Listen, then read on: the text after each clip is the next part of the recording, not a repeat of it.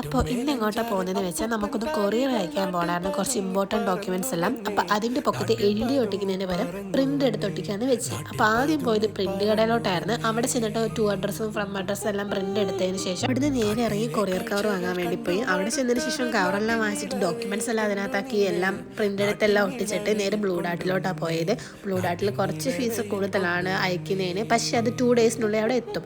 ആദ്യമേ അവർ ഞങ്ങളുടെ ആ ഒരു റെസിപ്റ്റ് പ്രിൻ്റ് അടിച്ച് തന്നതിൽ എൻ്റെ പേരിന് വരെ അജന എന്നായിരുന്നു.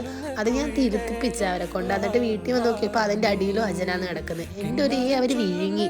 പിന്നെ എൻ്റെ നെയിം തെറ്റിയത് കൊണ്ട് കുഴപ്പമില്ലെന്ന് തോന്നുന്നു, കാരണം നമ്മൾ 2 അഡ്രസ്സ് കറക്റ്റാണല്ലോ, അതുകൊണ്ട് കുഴപ്പമില്ല. കറക്റ്റ് അഡ്രസ്സിൽ തന്നെ സാധനമെല്ലാം എത്തിയിട്ടുണ്ട് സേഫായിട്ട്.